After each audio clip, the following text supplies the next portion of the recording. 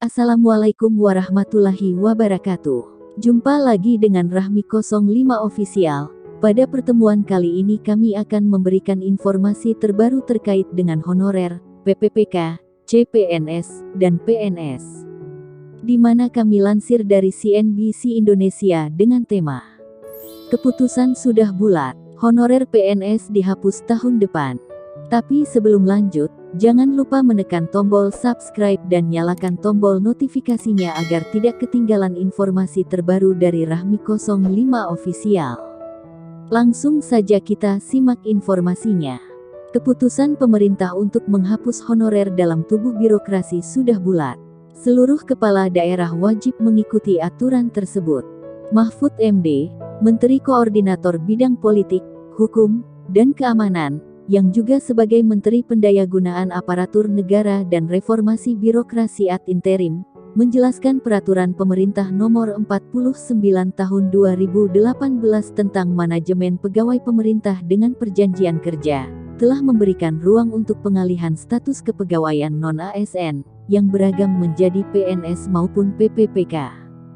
Tentu, dengan syarat atau ketentuan yang sudah diatur berdasarkan Undang-Undang Nomor 5 Tahun 2014 tentang ASN beserta peraturan pelaksanaannya, jelas Mahfud dalam siaran resminya, dikutip Selasa tanggal 19 bulan 7 tahun 2022.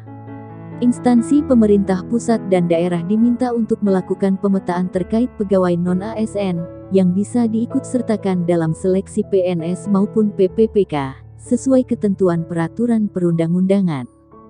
Selain itu, pegawai non-ASN juga bisa diatur melalui skema alih daya, atau outsourcing oleh pihak ketiga bagi yang kualifikasi tidak memenuhi syarat sebagai ASN.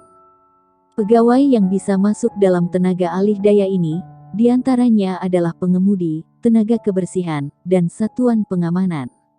Skema ini dibuat untuk memberikan kepastian hukum, status kepegawaian, serta kepastian penghasilan. Menyusun langkah strategis penyelesaian pegawai non-ASN yang tidak memenuhi syarat dan tidak lulus seleksi calon PNS maupun calon PPPK, sesuai ketentuan peraturan perundang-undangan sebelum batas waktu tanggal 28 November tahun 2023, jelas Mahfud.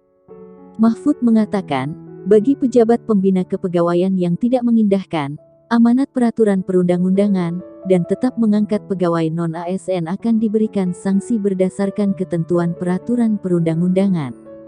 Pengangkatan itu dapat menjadi bagian dari objek temuan, pemeriksaan bagi pengawas internal maupun eksternal pemerintah.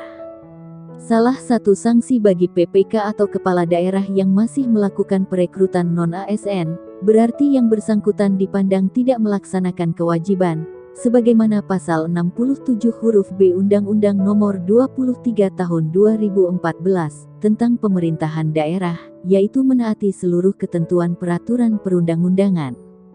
Di sisi lain, dalam peraturan pemerintah Nomor 12 Tahun 2017 tentang pembinaan dan pengawasan penyelenggaraan pemerintahan daerah, pasal 36 diatur lebih rinci terkait sanksi administratif yang dapat dikenakan kepada kepala daerah dan wakil kepala daerah, apabila melakukan pelanggaran administratif. Berdasarkan ruang lingkup pembinaan umum tersebut, kepala daerah yang melakukan penolakan terhadap penghapusan pegawai honorer, dapat dilakukan pembinaan oleh Menteri Dalam Negeri selaku pembina umum dalam lingkup kepegawaian, pada perangkat daerah, jelas Mahfud. Namun sebelum dilakukan pembinaan, perlu dilakukan klarifikasi kepada kepala daerah yang bersangkutan. Guru yang juga merupakan posisi yang banyak diisi oleh pegawai non-ASN. Tahun ini, telah diterbitkan Peraturan Menteri PANRB Nomor 20 Tahun 2022 tentang pengadaan pegawai pemerintah dengan perjanjian kerja, untuk jabatan fungsional guru, pada instansi daerah tahun 2022. Peraturan tersebut memberi afirmasi bagi guru-guru non-ASN yang telah mengabdi selama 3 tahun. Tinggal kita mengeksekusi dan memberikan kesempatan pada guru honorer, 3 tahun ke belakang untuk kemudahan seleksi, jelas Deputi Bidang SDM Aparatur Kementerian PANRB, Alex Denny.